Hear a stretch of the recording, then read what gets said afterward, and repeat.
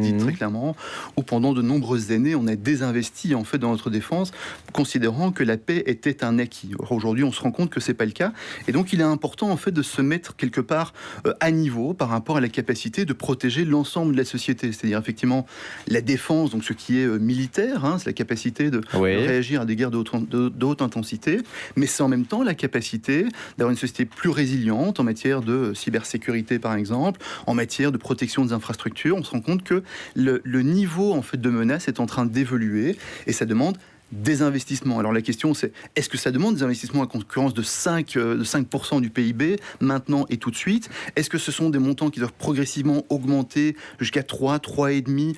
Pourquoi faire? Quel type de montants peuvent être éligibles ou autres? Et surtout, sur quelle période? Ça, c'est des questions qui aujourd'hui sont encore sans réponse précise. Quant à mon parti, je viens de vous le dire, il est prêt à augmenter le budget de défense pour autant que ce soit consacré à des dépenses qui répondent réellement à cette volonté collective de bâtir une protection pour l'ensemble de nos concitoyens qui soit beaucoup plus solide, y compris en contribuant à un pilier européen, à une autonomie stratégique européenne qui est essentielle. Et je pense que les événements récents ont démontré à quel point l'Europe s'était laissée un petit peu endormir par naïveté sur son pôle défense et s'est mis quelque part dans une position de confort, qui est une position où elle a considéré que les États-Unis seraient toujours là pour la protéger. L'avenir de la défense belge, c'est d'acheter en fait des produits ou faire partie de programmes de développement et de recherche qui sont des programmes européens, souverains. Ça, c'est ma lecture. Mais par contre, aujourd'hui, quand on regarde sur le marché, le F-35 est un avion qui est assez efficace, qui en termes de génération est un avion qui est de son temps. Est-ce qu'il faut se précipiter en acheter 35?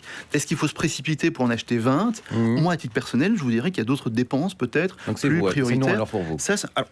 Pour moi, à titre personnel, où je pense qu'on ne doit pas acheter ça tout de suite. Par contre, dans les réflexions, on peut entendre effectivement que s'il y a des retombées en termes d'industrie de défense européenne, parce que c'est ça aussi, on pense toujours que le F-35 n'est que américain, mais il y a aussi entre 20 et 30% de cet avion qui a des composants faits en Europe, y compris en Belgique.